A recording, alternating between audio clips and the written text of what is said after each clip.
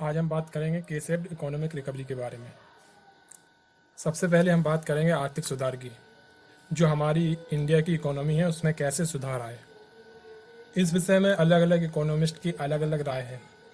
Economic recovery कई प्रकार की होती है, जैसे V shaped economy, U shaped economy, L shaped economy और के शेप्ड इकोनॉमी। इन सब इकोनॉमी के बारे में हम आगे बात करेंगे। सबसे पहले हमें ये जानना ज़रूरी होगा कि इकोनॉमिक रिकवरी है क्या चीज़ और इसे हम कैसे समझते हैं।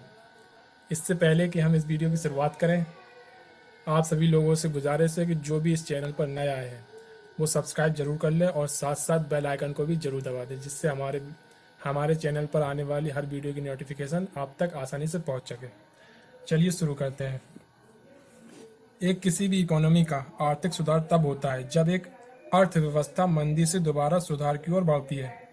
और फिर शुरू से इकोनॉमी के बारे में कैसे सुधार हो रहा है और फिर से विस्तार करना शुरू कर रही है। अर्थव्यवस्थाएं चरणों में चलती हैं, यानी फेसेस में चलती हैं, और एक बार जब वे अनुबंधित हो जाती हैं और मंदी में चली जाती हैं और सुधार करने के लिए इकोनॉमी को दोबारा शुरू से घुमाना पड़ता है। चलिए अब बात करते हैं कि मंदी में कौन कौन से प्रकार होते हैं और इनमें कैसे सुधार किया जा सकता है। वी शेप्ड इकोनॉमिक रिकवरी, जो वी का ग्राफ है वो मंदी के लिए सबसे अच्छा माना जाता है। इसमें इकोनॉमिस्ट कहते हैं कि जब कोई भी मंदी मार्केट में आती है तो उसको रिसेशन पीरियड कहा जाता है। इस रिसेशन पीरियड के बाद वी शेप्ड इकोनॉमिक रिकवरी के हिसाब से रिसेशन के बाद बूम पीरियड आता है, जिसमें हर सेक्टर का ग्रोथ होता है, चाहे वो हमारा लेबर सेक्टर हो या फिर हमारा प्रोड्यूसर सेक्टर हो। इस पीरियड में ये रिकवरी होना मुश्किल लग रही है, क्योंकि आप सभी जानते हैं कि कोरोना वायरस में खास तौर पर सोशल डिस्टेंसिंग का पालन किया जाता है और इससे हमारे लेबर सेक्टर पर बहुत बड़ा असर पड़ रहा है। अब बात करते हैं यू शेप्ड इकोनॉमिक रिकवरी के बारे में, कि इसमें हमारे देश की जो अर्थव्यवस्था है उसमें काफ़ी समय तक मंदी देखने को मिलती है।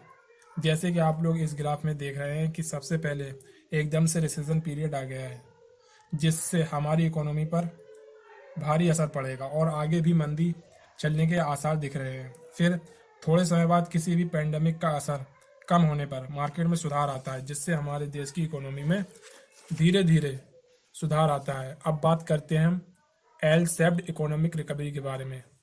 इस एल शेप्ड इकोनॉमिक रिकवरी में एकदम से रिसेशन पीरियड आ जाता है और आगे कोई रिकवरी की उम्मीद नहीं दिखती, जिसे हम एल शेप्ड इकोनॉमिक रिकवरी कहते हैं। अब बात करते हैं सबसे महत्वपूर्ण और जिस पर सबसे ज़्यादा बहस छिड़ी हुई है, और वह है के शेप्ड इकोनॉमिक रिकवरी।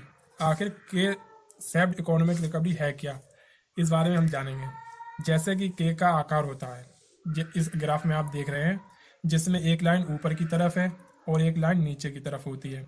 ये दो लाइन बताती हैं उस समय के दो महत्वपूर्ण सेक्टर, जिनमें कि एक होता है डेवलपमेंट सेक्टर और दूसरा होता है अनडेवलपमेंट सेक्टर।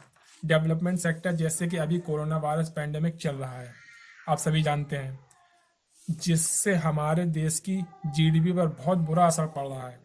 ज़्यादातर लोग वर्क फ्रॉम होम कर रहे हैं, तो इससे लोगों को टेक्नोलॉजी और इलेक्ट्रॉनिक्स आइटम की बहुत ज़्यादा ज़रूरत पड़ रही है, जिससे मार्केट में इलेक्ट्रॉनिक आइटम्स की डिमांड बूम पर पहुंच गई है, जिससे हमारे देश के ऐसे प्रोड्यूसर जो इन आइटम्स का प्रोडक्शन करते हैं उनमें काफ़ी अच्छा ग्रोथ देखने को मिलेगा। और इसकी उल्टी तरफ हमारे देश में एक बड़ा तबका अनडेवलपमेंट सेक्टर में आता है, जैसे कि कंस्ट्रक्शन कंपनीज बन